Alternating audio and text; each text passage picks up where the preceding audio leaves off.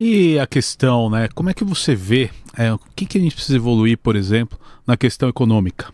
Ah, muita coisa. Eu acho que o Brasil tá quebrado. A gente tem que entender assim, o Brasil tem uma rota de colisão e a curva de juros futuro, com as expectativas internacionais e nacionais sobre isso, já estão nessa linha. Por quê? Porque o Brasil ele tem um modelo de gastos públicos baseado em gatilhos automáticos para aumento de tudo. Então, isso faz com que os gastos obrigatórios eles vão aumentando sozinhos e ou você aumenta a arrecadação, ou que uma hora vai chegar no limite, porque a economia está fragilizada, ou você quebra, e que é o que está acontecendo. Você está indo numa rota de colisão, a dívida já está na casa dos 10 trilhões, ela está subindo e a trajetória de subida da dívida comparada com o PIB, ela está muito grande. Então, o que você precisa fazer?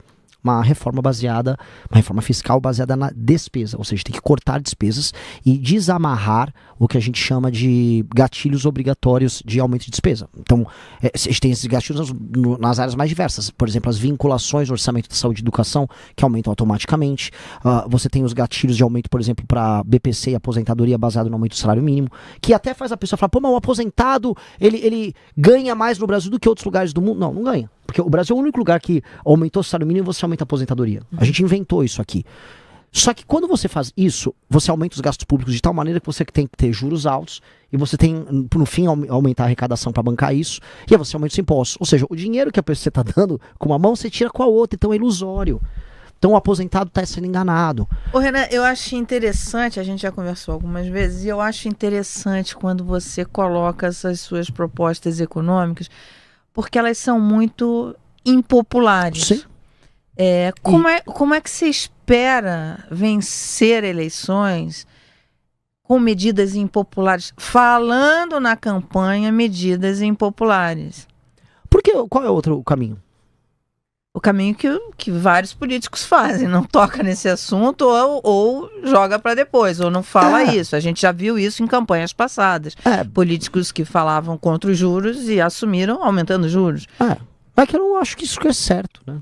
Eu posso estar sendo meio poliana, meio iludido, mas eu vou mentir. Eu prefiro ser altamente verdadeiro no que eu tô falando. E eu não acho que eu vou perder votos avisando as pessoas, vai precisar fazer isso, só que vai ser melhor. No curto prazo vocês vão brigar comigo, mas no médio prazo vocês vão ver que eu tô certo. Você falou da questão fiscal e essa vai ser a principal questão do próximo presidente da República. Porque, principalmente pelas últimas medidas e tudo isso e mais um pouco do que vem acontecendo, existe uma bomba fiscal para 2027 qual será a sua, se eleito, qual será a sua primeira medida fiscal? A primeira? É essa. Justamente, a gente tem uma PEC protocolada. Mara, eu tô sendo assim... até o Stuhlberger falou, olha, o único cara que parece que cometer sincericídios, quer falar a verdade sem ter medo de se machucar, é o Renan. E eu vou continuar. Então assim, eu vou ser bem sério. Eu já tenho uma PEC protocolada, o Kim já protocolou a PEC, que é uma PEC do equilíbrio fiscal que economiza 3,3 trilhões em 10 anos. Ela já tá lá no Congresso. Eu só vou vencer as eleições. Eu vou pegar um avião pra Brasília. Eu vou tentar ir de carro, encontrando as pessoas nas ruas. Ei, ganhei, que bom, que delícia, que legal. Vou até Brasília. Vou sentar numa mesa, vou chamar os presidentes dos partidos, vou chamar os lideranças bancadas. Eu ganhei, eu preciso passar essa PEC agora. Eu vou fazer tudo o que for necessário para passar essa PEC agora, porque isto aqui vai tornar o Brasil um lugar viável do ponto de vista econômico. O que diz a PEC? A PEC, aí, muitas coisas. Ela tem uma reforma previdenciária embutida, paramétrica, mas tem. Ela tem embutida as desvinculações e desindexações, ou seja, que ela elimina gatilhos do salário mínimo para aposentadoria e BPC. O salário mínimo ele vai poder aumentar mais e mais. A pessoa vai sentir o ganho real do salário mínimo. Que é maravilhoso. Para o trabalhador isso aqui é uma notícia fenomenal. Fenomenal. Para aposentado também, tá? Porque ele vai parar com a ilusão, tipo, aumentou minha aposentadoria, tudo bem, mas a carne aumentou mais. Então a gente vai conseguir controlar os gastos e isso vai ter um efeito benéfico para aumento de preços. 3. Vamos mexer em renúncias fiscais, especialmente no topo. A gente tem, por exemplo, a Honda na Zona Franca de Manaus tem 16 bilhões de renúncia fiscal. Uma empresa. Nós vamos mexer no alto funcionalismo. Então, só aqui, eu tô falando aqui um escopo de uma reforma muito profunda. Que precisa ser feita reforma administrativa. Ela mexe com as carreiras. Assim, estou falando aqui da reforma mais ambiciosa do Estado a ser feita, e ela vai precisar ser feita entre novembro, dezembro e janeiro. Eu preciso passar ela já na transição. Então, ela é a reforma mais ambiciosa para a gente colocar o Brasil no lugar. Porque eu não vou poder, nem eu, nem nenhum presidente vai poder assumir o Brasil sem ter endereçado a questão fiscal da maneira correta. Porque enderecer a questão fiscal, aí eu só vou poder cuidar em termos de matéria econômica, olha só que legal. em ter segurança jurídica para que os investidores nacionais e internacionais possam colocar o dinheiro deles aqui, e reformas de competitividade na área trabalhista, trazer os investimentos para a parte de infraestrutura de transportes e infraestrutura de energia, para baratear o tal do custo Brasil, e aí eu posso instalar a empresa no Brasil. Aí o trabalho do presidente passa a ser um trabalho normal. Hoje o trabalho nosso é tipo, tem que correr com uma reforma, tô desesperado porque vai quebrar, a gente tá sempre às vésperas de quebrar.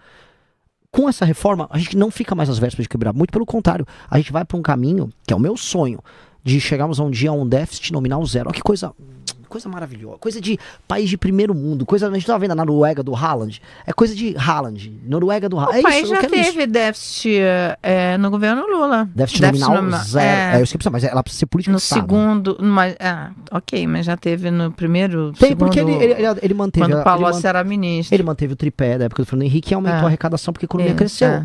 Veja só, eu quero isso. Só que entendendo assim, que os gatilhos automáticos daquela época não forçavam tanto porque a população era mais nova, não tinha tanta gente aposentada, o PT não tinha estourado as contas públicas aumentando os gastos como ele aumentou, era um começo de governo Lula. Então você quer ser o governo Lula do começo? Não, eu quero ser o governo Renan, que vai pegar todas as tralhas do governo Lula e vai ter que corrigir, porque ele pegou um governo Fernando Henrique antes, né? Aí ele pegou a babinha do boi, né? Ele pegou um governo que ficou fazendo ajuste por 8 anos... E aí ele só cuidou de pegar um boom das commodities lá da China, políticas de estímulos econômicos, aumentou a arrecadação. Legal. Aí ele fez toda a caca. Eu tô pegando a caca. Legal, vamos girar algumas perguntas dos nossos internautas. Tem bastante pergunta. Tem do Pedro aqui, ele queria saber a proposta do Renan para a reforma tributária. Você vai manter do jeito que tá? Ele pergunta. Aí ele fala do CBS, do IBS, do IVA, imposto do pecado. Fala pra nós aí, Renan. Bom, vamos começar pelo imposto de pecado. Eu acho absurdo o imposto de pecado em vários setores. Pra começar, a ideia da gente não poder ter... Eu gravei agora lá no Sul, conversei com o pessoal da indústria vinícola. O Brasil, que tem todo o potencial de ser exportador de vinho e também de consumir vinho brasileiro de qualidade aqui. O vinho da Serra Gaúcha, o vinho da Serra Catarinense são ótimos. São Paulo tá produzindo vinho bom. Só que o custo Brasil e essa tributação imbecil faz o que produtos finos com valor agregado não consigam se estabelecer aqui. Isso é uma loucura. Então, o imposto do pecado, em muitas áreas, tem que simplesmente desaparecer. Segunda coisa, eu gosto do modelo da reforma que foi feita. A reforma que foi feita não é ruim. O problema é que ela teve tantas exceções e tantas distorções que ela volta a ficar complexa e que ela ficou com uma alíquota muito alta. A alíquota geral tá alta. Só que eu tenho que avisar para todo mundo que está nos ouvindo. Meus amigos, a alíquota geral tá alta também porque os gastos do governo federal e dos governos estaduais são desumanos e irracionais. Eu vou precisar cortar gastos, que aí eu posso, e essa alteração que eu quero fazer, eu quero vincular gatilhos para a queda dessa alíquota. A alíquota tá absurda. As pessoas têm que pagar menos impostos aqui. Vai ser assustador. Outra coisa que tem é essa coisa de você destacar o pagamento já na nota, tão logo você emita a nota. Isso vai quebrar o fluxo de caixa das empresas. Nós temos que ser amigos. Eu acho que tem que ter, tá, um regime quase de recuperação das empresas brasileiras, em que o pagamento do IVA, vamos botar assim, ele será feito no regime de caixa e não no regime de competência. Regime de competência, assim, emitir a nota, pago agora. Se a nota fiscal é de 100 mil reais e eu vou ter que pagar 20 e tantos mil reais de imposto, hoje, nesse regime, você vai ter que destacar os 28 mil pagado uma vez. Pô, mas e o fluxo da empresa? E se a empresa está recebendo em 30, 60, 90? Ora, então vamos pagar o Estado em 30, 60, 90. Temos que... Porque não é um relato... Olha, isso. O que isso faria para uma empresa? Quando eu fui empresário, o que eu sonhava... Por que não me cobra no regime de caixa? Cobra no regime de caixa. Mas não, o Estado ele quer receber no regime de competência, né? Eu acho isso... É um péssimo amigo, né? Você não tem segurança, você não tem infraestrutura, energia é cara, e ainda quer receber à vista e não quer saber. Eu acho isso de uma desumanidade com o empresário que é assustadora. Principalmente com o pequeno empresário. Muito. Olha, a Tatiana Salles pergunta o seguinte: Mara, pergunta ao Renan Santos o que ele acha do empoderamento do legislativo via emendas, que já são 50% do orçamento discricionário. Como governar com o Congresso executando o orçamento? Isso é uma dessas doenças que nós temos da democracia que a gente estava falando agora no começo. É uma doença da democracia brasileira. Isso aí, olha só, a ideia de que um político ele executa orçamento, ele vem lá de um período meio coronelista que tem, em que o político, o deputado, ele tinha que entregar coisas para as pessoas. Então já é uma distorção oriunda de um período em que as pessoas dependiam do político para sobreviver. Hoje, nos lugares mais pobres, as pessoas ainda dependem do político para sobreviver. Por isso que existe a emenda em que o deputado aparece e fala: estou te dando algo. Aí a pessoa, nossa, muito obrigado. Isso não é função de um legislador. Isso não tem nada a ver com a função do legislador. Entretanto, isso está tão arraigado na cultura da política que se eu falar que eu vou chegar lá e vou acabar com isso, eu estarei mentindo para vocês. É igual falar, chegarei lá e vou acabar com o fundo partidário e fundo eleitoral de uma vez. Eu não tenho ainda as condições. Pode ser que no meio do mandato eu tenha condições para alterar isso. Mas de início eu não vou ter. O que eu vou fazer, que eu acho que é a melhor coisa, é disciplinar o uso disso. Que é a minha famosa, que é o tema que eu mais venho tratando, que eu chamo de lei de responsabilidade gerencial. O Fernando Henrique tinha passado no final do segundo mandato dele a lei de responsabilidade fiscal, que obrigava os entes federativos a resolverem a questão fiscal dos seus estados e municípios, porque até os anos 90, vocês vão se lembrar, era o comum, mesmo São Paulo, todos os municípios, não pagar as contas. Ó, eu dei calote nos fornecedores no final do ano, dei calote nos funcionários e dane-se. Você conseguiu disciplinar isso, melhorou muito essa situação no Brasil. É verdade. Agora, a gente precisa agora falar assim, beleza, vocês não vão estourar as contas o tempo todo. Que tal agora vocês trabalharem? Que é a lei de responsabilidade gerencial, em que nós vamos estabelecer políticas de metas para todas as áreas. E um município só pode receber emenda caso ele esteja batendo essas metas. E essas emendas só irão para políticas públicas qualificadas para a execução dessas metas. Ou seja, você não vai poder mandar uma emenda para fazer uma praça à toa. Olha, eu preciso aumentar minha meta aqui de cobertura, de fornecimento de água. Ah, é fornecimento de água? Água potável? Eu tenho 10% de água potável, eu preciso terminar o ano, quer dizer, terminar meu mandato com 30%. É 30% a meta? A emenda vai vir para cumprir isso. Ponto. E aí você cria uma competição em que o município que bate mais metas, ele pode receber mais emendas. E o município que não bate metas, aí o prefeito fica inelegível por 8 anos. Esta é a revolução administrativa que o Brasil precisa. Isso é inspirado em coisas que o Japão faz, em coisas que a China faz. E eu não estou olhando, questões, eu estou olhando assim, funcionou, vou copiar. Ponto. E isso precisa ser trazido para o Brasil. Porque a gente tem muito prefeito no Brasil, a gente tem muito político no Brasil, e ninguém ali está focado em trabalhar, estão focados em show do Wesley Safadão. Quer dizer que as coisas boas você vai manter. Quer dizer, se políticas para você copiar ou manter coisas que funcionam. É ultra pragmático nisso. Me cita 3 medidas, 3 políticas públicas do governo Lula que você manteria. Olha, vamos lá, temos que pensar aqui porque ele foi bem ruim nesse departamento. Mas vamos falar a questão dos celulares em sala de aula. Eu sou muito favorável, defendi isso.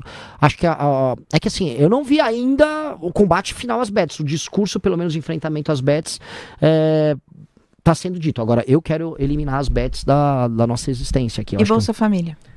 Bolsa Família, eu vou reformar o Bolsa Família.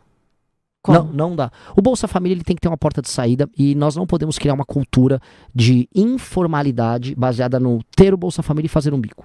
Que isso se tornou a regra na maior parte dos casos, especialmente para homens. Um homem, especialmente um homem jovem, de uma cidade com baixa atividade econômica nos interiores do Brasil, que é basicamente o périplo que eu estou fazendo, eu estou rodando o Brasil todo para isso, ele tem um bico, mora com a mãe, mora com os pais e recebe o Bolsa Família. E aí é oferecido, por exemplo, o dono da loja de material de construção fala, vem aqui ganhar R$1.600, ele não quero. Candidato, isso não é regra. O Bolsa Família é um programa reconhecido internacionalmente. Isso daí não é uma regra. Quer dizer, se existe, é uma exceção. Não, olha só. O problema existe. Esse tipo de distorção precisa ser corrigido. Fraude precisa corrigir. Sim, mas isso não é uma fraude hoje. Isso não é tratado como uma fraude. Tudo bem, mas eu tô falando, outras coisas precisam corrigidas, mas o programa é um programa bem sucedido. Sim, o programa, enquanto implementação, é bem sucedido. Agora, um país em que 40% dos domicílios na região Nordeste vivem de Bolsa Família é um país que ele próprio não é bem sucedido. E você tem Mas aí não é um problema do Bolsa Família. Aí é um problema da economia. Perfeito. Só que em que medida você acha correto viver num país em que você chegou a 40% dos domicílios vivendo assim? E em que medida os administradores públicos, eles não se viciaram em viver em um modelo econômico assim? Porque esse é o problema. Recentemente eu chamei, olha, os políticos do Nordeste são parasitas. E são. Eles são parasitas porque eles aceitam essa condição em que 40% dos domicílios vivem de Bolsa Família, dão isso como um dado da realidade, e o máximo que eles fazem é, joga uma obra aqui, faz uma praça, pega uns eleitores, bota para trabalhar na prefeitura e vivem do dinheiro que é coletado dos outros lugares. E aí o que acontece? O imposto tá caro para outras pessoas. Existe uma relação direta entre esse modelo em que os municípios não funcionam e ninguém é focado em aumentar a atividade econômica nesses lugares, com o motoboy aqui em São Paulo não conseguindo pagar a prestação da própria moto. A correlação é direta. Uhum. Esse é o problema, esse é o grande problema federativo brasileiro. E esse é o problema que vai precisar ser endereçado. Então, o Bolsa Família é a causa do problema? Não, a causa é a inexistência de atividade econômica. O Bolsa Família é um sintoma que depois, de certo momento, começa a agravar o problema porque o administrador público não liga para a inexistência de atividade econômica. Na minha lei de responsabilidade gerencial, o principal indicador para o administrador público ser premiado é aumento da atividade econômica. Quando você aumenta a atividade econômica real, você gera emprego real, e aí você gera a emancipação das pessoas. E essa emancipação é o que vai nos permitir um dia nos emancipar do centrão, que é o grande inimigo brasileiro. Legal, e os internautas têm perguntado muito aqui, qual que é a tua solução para a Previdência e para a aposentadoria? Primeiro, ter regras equânimes e claras, sem privilégios. Segundo, nós temos que ter um gatilho automático para quando tão logo a população envelheça, você não precisa fazer uma reforma nova. Ela aumenta a idade da aposentadoria baseada nisso. E basicamente isso, porque a Previdência é uma bomba para tudo. Nós temos depois de fazer a gente vai ter uma conversa grande, porque falou, Renan, acho que a gente não tem que fazer só paramétrica, a gente tem que fazer uma reforma baseada também no modelo. O que é a reforma paramétrica? Reforma paramétrica é o que está lá na nossa PEC. Eu altero só os parâmetros, tipo, o cara que é militar, ele se aposentava aqui, agora eu vou fazer ele se aposentar aqui.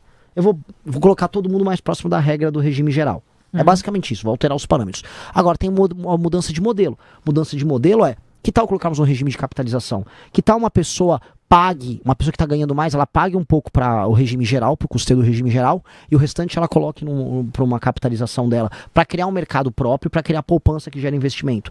Sim, acho que está na hora da gente discutir isso no nosso regime. Está na hora. Vai resolver? O que eu posso falar para todo mundo que está nos ouvindo? Não. Não vai resolver, nunca, porque Previdência em lugar nenhum se resolve, especialmente com poucas pessoas nascendo, tá? Mas nós temos que ter uma economia produtiva a ponto de, sabendo que a Previdência sempre é problemática, nós temos condições de arcar com aquilo, entendendo que uma parte importante da população nossa não contribuiu para a Previdência. Vou dar um exemplo, essa massa desses, eu falei, 40% dos domicílios no Nordeste não estão no Bolsa Família. Essas pessoas estão contribuindo para a Previdência? Praticamente nada, né? Se tiverem. Então, mas elas vão receber a aposentadoria. E aí, quem é que vai pagar? Entendeu? Alguém vai pagar. É um regime complicado. Então, se é um regime complicado, nós precisamos extrair o melhor dele para ser justo com as pessoas que estão contribuindo, para prestar alguma assistência para as pessoas que não estão contribuindo, para que ninguém morra desassistido, claro, ninguém aqui é desumano, mas que seja funcional e que o Estado seja capaz de arcar. Mas, candidato, assim, existe um problema antecedente, essas pessoas não contribuem porque tem fraude? Tem gente? Tem, tudo isso. Eu não tô falando de fraude, tá? Não, tudo bem, eu só tô falando assim, essas pessoas não contribuem porque não tem como atividade contribuir. Econômica. Exatamente. Mas eu não tô culpando elas. Porque esse é um ponto que a gente diverge algumas vezes, assim, existe um ponto importante que é a desigualdade brasileira. Sim. E essas pessoas, por exemplo, o MEI também não se paga. Paga muito pouco. Essa conta não fecha do MEI. Só que é importantíssimo para formalizar essas pessoas. A culpa da existência do MEI é a CLT. Tudo bem, mas essa é uma outra conversa. Mas o que eu estou dizendo é o seguinte: é preciso que a economia não seja disfuncional. E é preciso que você resolva um problema brasileiro grave, que é a desigualdade. Perfeito. Essas pessoas precisam desse suporte. Sim, mas eu não vou resolver a desigualdade só dando para as pessoas enquanto não aumenta a atividade econômica. A única coisa que eu vou precisar fazer, a única coisa possível, vamos ser claros, eu só resolvo desigualdade gerando atividade econômica para todos. Perfeito. Concordamos. É a única, assim, essa é a única coisa que o Estado brasileiro tem que se preocupar se ele quiser resolver o problema da desigualdade. Eu tenho que gerar atividade econômica. A atividade econômica tem que vir com serviços sociais bons que aumentem a produtividade das pessoas. Eu falo de educação funcional. Essa pessoa também que vem muito pobre, ela tem que ter água na casa dela potável, porque eu tô falando de um problema nos lugares mais pobres, que é claro, água potável.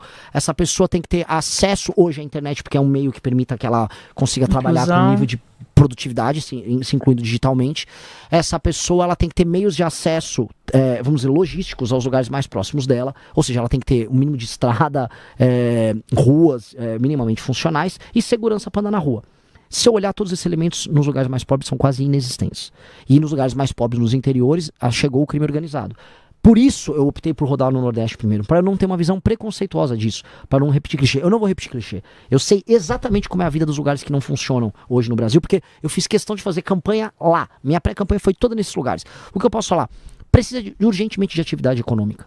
E quando chegar a atividade econômica, nem vai dar para ser uma atividade econômica complexa, porque aquelas pessoas não tiveram formação. Então a gente tem que chegar com o agro desenvolvido tem que chegar nesses lugares, a gente tem que chegar com serviços, a gente tem que ter formação, vamos colocar aqui, de uma classe média minimamente apta a se adequar a um regime de trabalho normal, e aí a gente começa a falar nos ganhos e os implementos em velocidade de produtividade. É isso, não vai haver outro caminho além disso. Eu concordo 100% com você de Então que pronto. tem que ter, não, de que tem que ter crescimento econômico, Sim. senão, e a atividade econômica no Brasil está muito disfuncional, principalmente por conta desses juros altos tanto tempo. Eu concordo, essa leitura que você faz, ela realmente tem fundamento. Mas a gente viu nas últimas décadas, e tem trabalhos acadêmicos internacionais sobre isso, que o crescimento por si só não resolve o problema da desigualdade, porque você tem estudos que mostram o crescimento que foi tido, inclusive nos Estados Unidos, as décadas de crescimento que teve econômico, que não gerou redução da desigualdade. Mas, ao assim, contrário, você teve até concentração. Aqui assim, se você tá um status norte-americano, as suas discussões vão ser sobre outros termos. Ok. Você vai aumentar ou diminuir. Eu estou falando de lugares, Mara, que não tem atividade econômica. Eu estou falando, por exemplo, essa é uma experiência muito única que você só nota quando você tá lá. Você tá rodando uma cidade do interior do Rio Grande do Norte para outra, e demorou 1 hora o caminho, você não vê um caminhão na estrada. Se não há um caminhão passando, é que não há nenhuma atividade econômica. Verdade. A gente tem que olhar o que China, Vietnã, Índia, porque o nosso termo de comparação são esses caras. O que esses caras fizeram? Muitas coisas, mas em todos os casos em comum teve crescimento econômico. E aumenta a atividade econômica em lugares que eram muito primarizados. Esse é o básico. Essas pessoas têm que se sustentar e viver com as próprias pernas. Isto é a obrigação. E o Estado tem que parar, não apenas de atrapalhar, que são um discurso que parece meio, o Estado tem que sair da frente. Não, sim, o Estado tem que qualificar essas pessoas e trazer a iniciativa privada para atuar junto. Isto tem que ser feito de maneira desesperadora. A questão toda do meu problema político, como a política interfere, é que não há nenhum estímulo para que o agente político trabalhe para que isso aconteça. Muito pelo contrário, todos os estímulos estão na ordem contrária. Quanto mais pessoas dependem do agente político municipal, eu não estou falando assim, nem sequer um ataque ao Lula, Bolsonaro, assim, não é sobre o presidente da República. Quanto mais as pessoas dependem do prefeito local, é melhor para o prefeito local. E mais, existe um vínculo, existe um estímulo perverso que faz com que o próprio eleitor selecione apenas candidatos a vereador, a prefeito e a deputado que os ajude pecuniariamente ou com empregos. Porque se alguém não oferecer uma ajuda, aquela pessoa que é altamente dependente não vê utilidade no político. Então ela só vai selecionar políticos altamente corruptos que vão fazer isso. Então o modelo econômico populistas, no mínimo. Exato, então você está preso num curto-circuito. A gente precisa quebrar esse curto-circuito. Olha, Se gostou do vídeo, não se esqueça de curtir e se inscrever no canal. Até o próximo vídeo.